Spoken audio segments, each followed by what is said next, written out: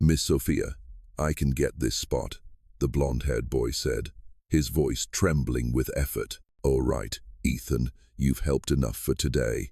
Go rest on the sofa. I can finish the rest," Sophia replied gently. "But I want to help.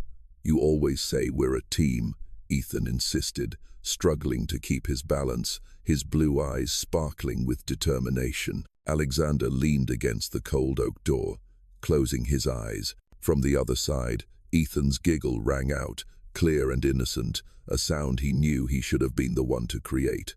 He loosened his tie, his heavy footsteps echoing in the vast silence of the mansion, a stark contrast to the warmth radiating from the living room. He walked straight into his study, a space that was tidy, minimalist, and devoid of feeling just like its owner. On the gleaming ebony desk, next to a computer screen displaying soulless charts, was a silver picture frame. In the photo, Amelia, his late wife, was smiling radiantly, holding their newborn son. Alexander's fingers trembled as they traced the cold glass. He whispered to the smile in the photograph, a question with no answer. "Amelia, where did I go wrong?" Just then, the phone on his desk buzzed, shattering the moment. He answered out of habit. "Hayes." Alexander's voice was instantly back to its usual cold, mechanical tone. Sarah's professional voice came through the small speaker. "Mr. Hayes, just confirming tomorrow's schedule. You have an 8 a.m. board meeting, an 11 a.m. with our Japanese partners, and a working lunch with—" "Cancel everything," Alexander cut in, his voice low and decisive, a command that left no room for debate. There was a moment of silence on the other end. Sarah, who had been with him for 5 years, was surely stunned. "Sir, cancel? All of it?" she stammered. "Is there an emergency?" Alexander glanced toward the half-open study door. He could hear Ethan's voice, faint but full of life, telling Sophia about some superhero. "Yes, all of it," he affirmed. "Tell them a family emergency came up, and don't patch anyone through to me until morning." "Yes, sir." He hung up. The harsh click of the phone echoed, returning the room to its silence. Alexander no longer looked at the numbers on his screen. He swiveled his chair to face the door, toward the living room, where the warm light and the sound of his son's laughter spilled out. For the first time in 3 years, a family emergency wasn't an excuse. It was the truth. The next day, Alexander didn't go to the office. He said nothing. His presence was simply a fact. His silence enveloped the entire mansion, creating an invisible tension. Sophia was a bit unsettled to find her employer home on a Tuesday morning, but she quickly composed herself and continued with her work. Ethan, however, was curious, his eyes darting toward his father's study, where the door was left slightly ajar. Alexander sat inside, pretending to read documents, but his eyes never left them through the crack in the door. The heartwarming scene began to unfold. Sophia brought out a large basket of dried laundry and set it down on the Persian rug in the middle of the living room. "All right, warrior Ethan," Sophia said cheerfully. "Today we have a new mission, to build the world's tallest towel tower." Using his crutches, Ethan moved closer, his eyes lighting up with excitement. He sat down on the rug, and Sophia cleverly placed the basket right within his reach. There was no trace of pity in her actions, no attempt to coddle him. Instead, she turned a boring chore into a game. "I folded a towel," Ethan exclaimed, holding out his first brick, even though it was still a bit crumpled. "Excellent. A perfect brick for the foundation," Sophia praised, taking the towel and placing it on the floor. "Now it's my turn." They took turns. Alexander watched his son, the child he had always seen as fragile and in need of protection, concentrating intensely on folding the towels. His small fingers were clumsy but full of determination. Each time he finished one, he would look to Sophia for approval, and she never disappointed him. "Wow, you're folding these straighter than I am," Sophia marveled. The towel tower grew taller. With every towel added, Ethan's laughter rang out, clear and bright. Alexander realized he hadn't heard his son laugh like that in a very, very long time. He only knew how to buy him expensive robot toys and complex puzzle sets. He had never imagined his son's joy could come from something as simple as folding a stack of towels. After their first mission, Sophia pointed to the potted plants near the window. "Partner, it looks like our green friends are thirsty. Want to join Operation Plant Rescue?" Ethan nodded eagerly. Sophia handed him a small, plastic toy watering can with just a little water in it so it wouldn't be too heavy. This was the real challenge. Alexander watched, holding his breath. To move, Ethan needed both hands on his crutches. Carrying the watering can was impossible. But the boy wasn't discouraged. He placed the can on the floor, moved forward one small step with his crutches, then bent down, picked up the can, and set it in front of him again. Inch by inch, he made his way toward the plant. Every step Ethan took was slow and shaky. For a moment, he nearly lost his balance. Alexander's heart clenched. He almost bolted from his study. But Sophia simply stood a short distance away, arms crossed, her expression not one of worry, but of unwavering confidence. "Slow and steady, warrior. You've got this," she said, her voice even and encouraging. Spurred on by her words, Ethan took a deep breath, gripped his crutches tightly, and regained his footing. Finally, he reached the plant. He carefully tilted the can, letting a small stream of water fall onto the soil. A single drop clung to a green leaf, sparkling in the morning sunday. Mission accomplished. Ethan turned to look at Sophia, his face beaded with sweat, but radiant with an undeniable pride. "I did it, Miss Sophia." Sophia knelt on one knee, bringing herself to his eye level. She didn't clap or cheer loudly. She just looked directly into his eyes and gently wiped the sweat from his forehead. "See, I told you so," she said softly, just for the two of them to hear. "Warrior Ethan can do anything." Ethan beamed, a wide, genuine smile. He suddenly lunged forward, wrapping his small arms around her neck in a tight hug. For the next few days, Alexander became a ghost in his own home. He didn't go to the office. He just sat in his study, the door cracked open, silently observing a world in which he was supposed to be the center. Each passing day was a gut punch to his own apathy. He watched Sophia turn tedious chores into grand adventures. They didn't just put on socks. They put on armor for the toe soldiers. They didn't just play with dough. They discovered new, unknown species of dinosaurs. Sophia never criticized Ethan's misshapen creations. Instead, she would hold up a flattened lump of dough and marvel. "Wow, a masterpiece. What should we name it? Explorer Ethan." When she read stories, the entire living room transformed into a stage. She roared like a dragon and chirped like a bird, and Alexander, sitting in his silence, would hear his son shout, "Look out, Knight." He realized with a bitter pang that he didn't even know the name of his son's favorite book. The breaking point came during the physical therapy session. Previously, he had only received reports via email. Today, he witnessed it firsthand. When Ethan stumbled, lost his balance, and fell onto the soft rug, Alexander's first instinct was to rush out. But Sophia was quicker. She didn't hurry to help him up. She simply knelt, looking directly into Ethan's tear-filled eyes. "Get up, warrior," she said, her voice calm and steady. "Falling is just the ground's way of reminding us we're trying." And Ethan, instead of crying, took a deep breath, gripped his crutches, and pulled himself up. Sweat beaded on his forehead, but his eyes blazed with determination. That night, passing his son's room, Alexander stopped at the door. He saw Sophia tucking a sleeping Ethan in, then gently placing a kiss on his forehead.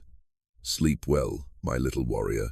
That single gesture was the final straw. The shame was overwhelming, sharp and heavy.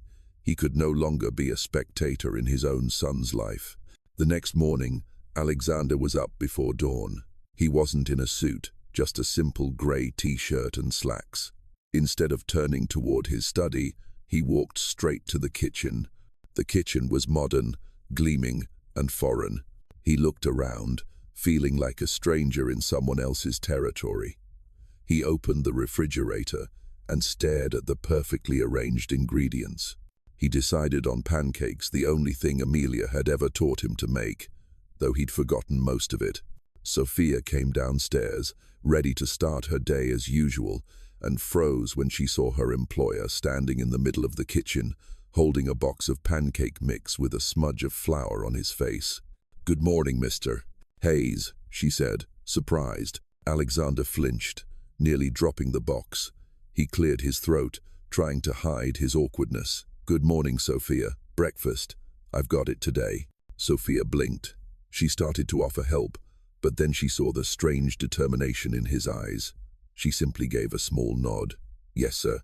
She stepped back, quietly made herself a cup of tea, and leaned against the counter to watch. Alexander's struggle began.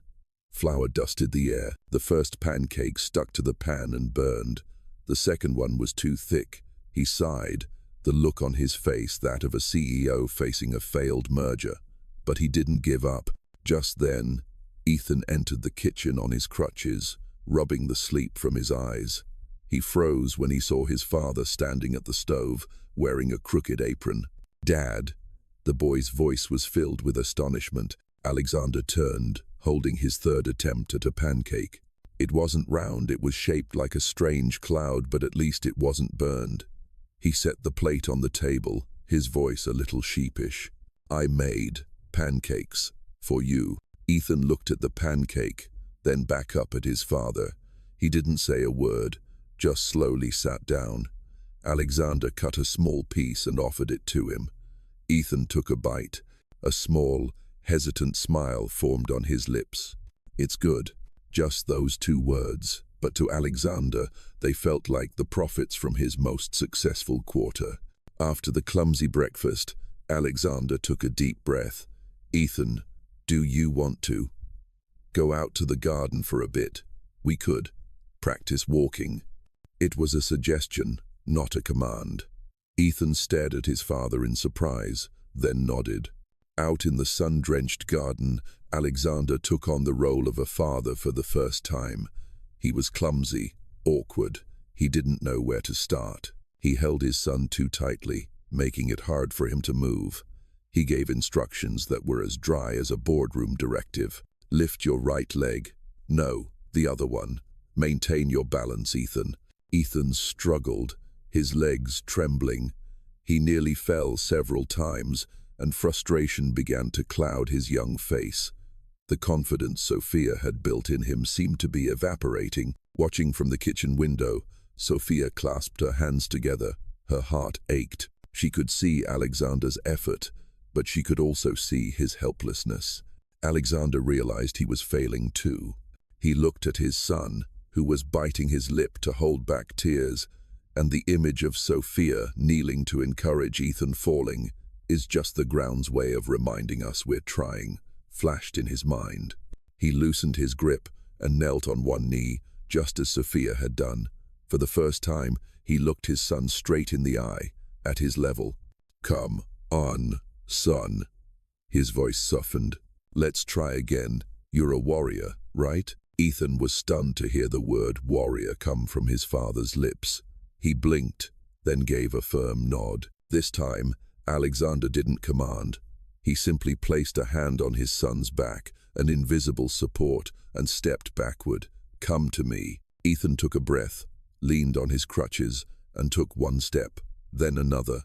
They were wobbly, unsteady steps, but they were steps toward his father. From the kitchen, Sophia raised a hand to her mouth, her eyes blurring with tears. The cold man, the distant billionaire, had finally broken through the ice around his heart. He wasn't just practicing walking with his son. He was learning how to be a father. The training sessions were no longer a task between the boy and Sophia. They had become father-son time. Alexander still lacked Sophia's finesse and her colorful words of encouragement, but he had something else, unwavering focus.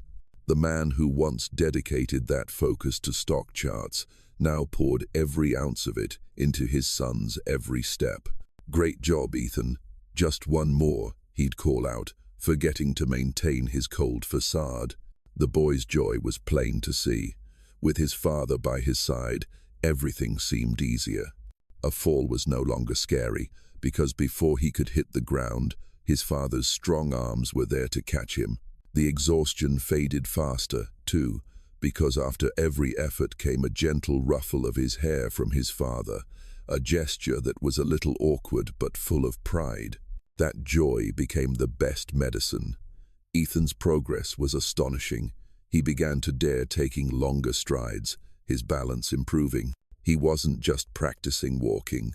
He was running toward his father, both literally and figuratively. He laughed more, talked more, and for the first time, he began to voluntarily tell his father about the adventures he and Miss Sophia had been on. One afternoon, after a session, Alexander was giving a weary Ethan a piggyback ride into the house. The boy rested his head on his shoulder and whispered, "Dad, I love you." Alexander's entire world stood still.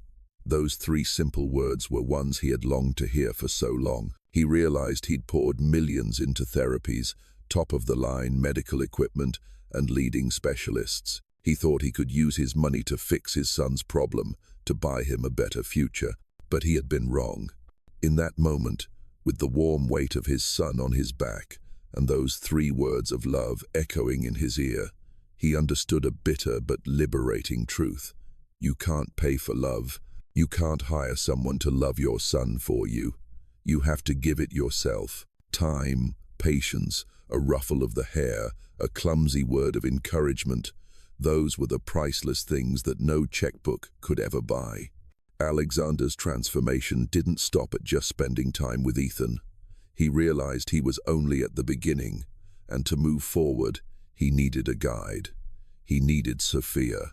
That evening, after Ethan was sound asleep, Alexander found Sophia cleaning in the kitchen.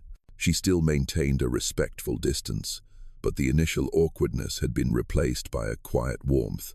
"Sophia," he began, his voice hesitant.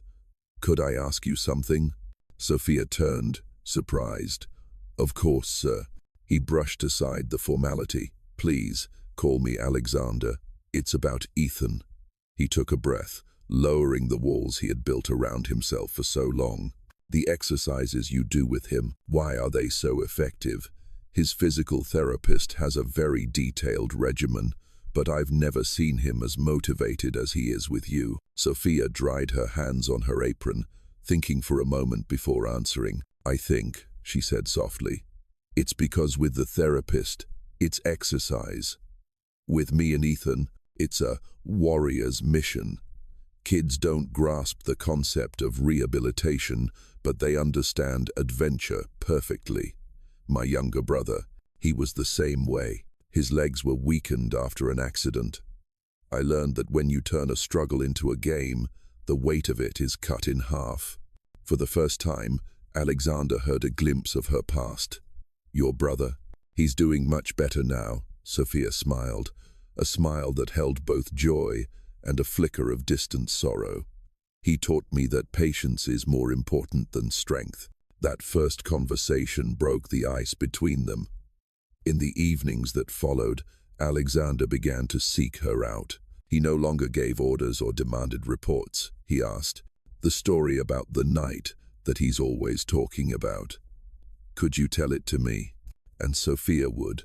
Alexander would listen, memorizing every detail, so that the next day he could continue the story himself, leaving Ethan wide-eyed with amazement. "How did you know the knight had a horse named Courage? How do the toe soldiers work?" he'd ask another time. Sophia would show him how to cleverly turn putting on socks into a fun game. Gradually, their relationship shifted.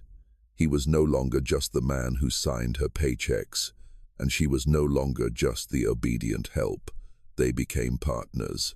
When Ethan struggled with a new movement, Alexander would look to Sophia, a look that sought her guidance, and she would respond with an encouraging nod or a subtle suggestion. They shared the small victories when Ethan managed to stand on his own for 5 extra seconds. They also shared the private fears when Ethan grew discouraged after a difficult day.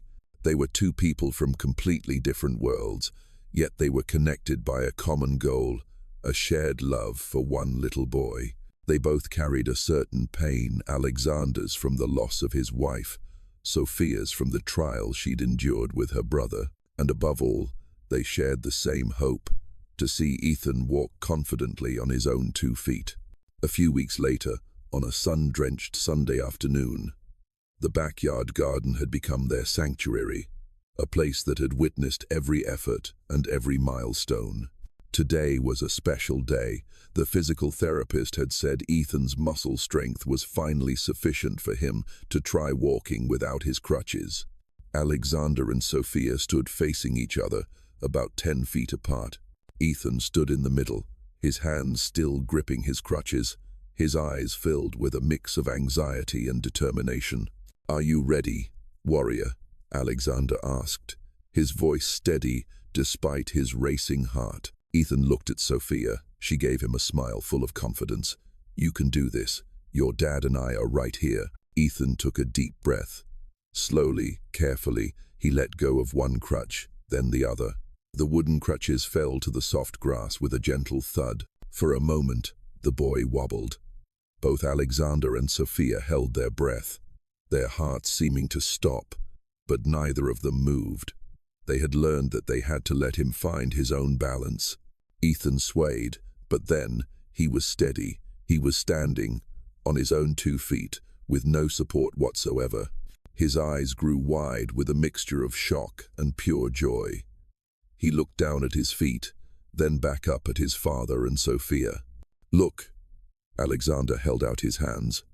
"Come to me, Ethan. You can do it." Ethan bit his lip in concentration. He lifted one foot, a slow, deliberate movement, and placed it in front of him. His body wobbled again, but he held his balance. Then he lifted the other. 1 step, 2 steps, 3 steps. They were imperfect, shaky, and unsteady, but they were steps of freedom. Alexander dropped to his knees, opening his arms wide. Behind him, Sophia brought a hand to her mouth, tears of joy streaming silently down her face. Ethan picked up his pace, nearly breaking into a run. He tumbled into his father's arms, his delighted laughter echoing throughout the garden. Alexander held his son tight, his heart overflowing with pride and love. He looked up at Sophia over Ethan's shoulder, and in their shared gaze, there was more than just mutual joy. After Ethan's miracle walk, a subtle but undeniable shift occurred in the mansion. The bond between Alexander and Sophia was no longer just about their partnership for Ethan. Their evening conversations grew longer, venturing beyond the boy. They talked about dreams, about the past, about their deepest fears and quietest hopes. Alexander saw in Sophia not just a gentle spirit, but an extraordinary inner strength. Sophia saw in Alexander not the cold billionaire, but a man with a warm heart who had been brave enough to shatter his own shell to learn how to love. They realized they had found their missing piece in each other. One evening, a few months later, long after Ethan was asleep, Alexander led Sophia out to the garden. Bathed in the soft moonlight, the garden, the place that had witnessed their clumsy beginnings and their moment of pure elation, felt magical. "Sophia," Alexander began, his hand finding hers in a gesture that felt natural and warm. "Do you remember the first day I brought Ethan out here? How clumsy and awkward I was." Sophia smiled. "I do.